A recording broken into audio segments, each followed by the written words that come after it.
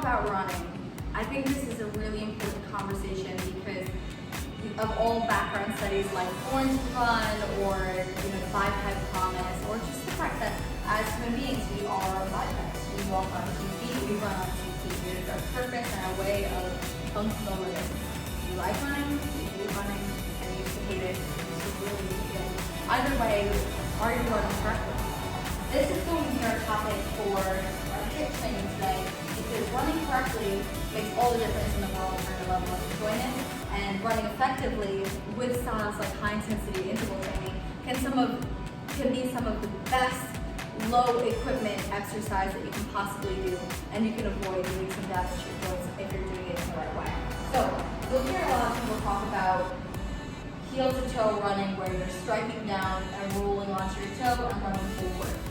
I think a big part of this comes from the fact that the Nike era that's created the softer running shoe has emphasized this desired movement by hitting the soft, cushy part of your shoe first and then rolling into the function of your foot and moving forward. I find that, especially if you're wearing cross trainers or flat shoes and you're not wearing the adequate running sneaker, you're going to have so much pain, so much damage to your knees and your shins from running in this method that you're never going to want to do it again. This same thing can be said for running that way when you're running barefoot. You may find that if you're ever in the yard, especially if you have soft feet, you tend to run like this, on like the soft head of the front of your feet, because it's what seems the most delicate, what seems the most capable.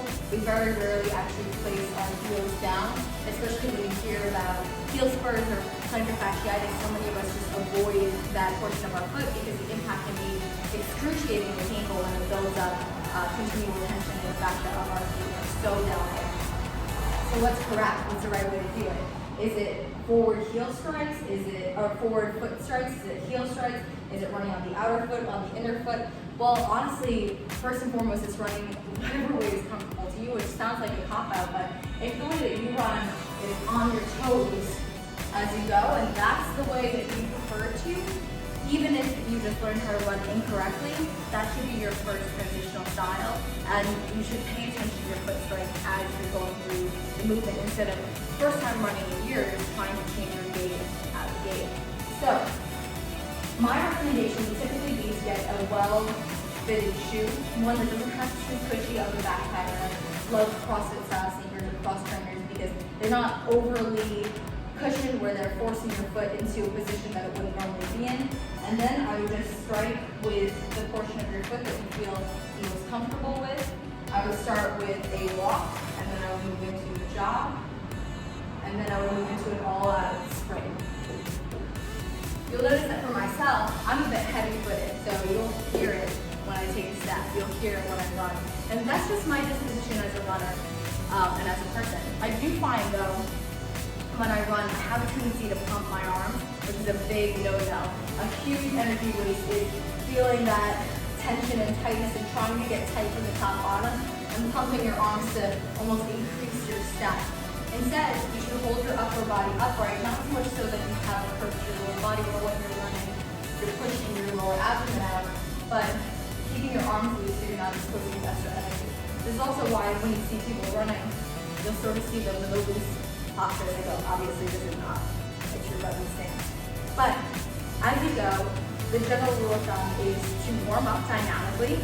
So start with stretches in motion that are activating all of the muscle groups you're going to be using, whether they're alternating toe touches like FSCs, or alternating 20 soldiers like so, or walking lateral lunges, which have been in our programming before. These are great ways to prepare your body for movement instead of holding traditional runner stretches that can make your body too elastic. Then start with just walking. Walk for maybe 3 to 5 minutes. If you can find an area that has a high gradient, it's going to help to get blood flow moving through your body and your circulation increase. From there, you can either jog or run, but my favorite is going to be the HIIT implement we're going to be adding today, which is going to be 20 seconds on and 10 seconds off for a total of 8 rounds or 4 respective minutes, followed by 10 minutes of walking, and then another series of that style of high-intensity interval training, which is called Tabata. Tabata has been proven clinically to be the most effective form of high-intensity interval training for weight loss and respective body fat compositions. we see the most favorable increase in cardiovascular rate, so your ability to regulate oxygen and utilize it without cramping or burning out seems to be optimal here. It is horrible and painful when you first begin, but extremely rewarding for how quickly your body can step up into new thresholds. So I would highly advocate for that. Again, that's going to be dynamic with your butt. After you do that, you're going to walk and you're going to jog and practice foot strike, staying loose in the upper body and figuring out what position of your feet works well for you.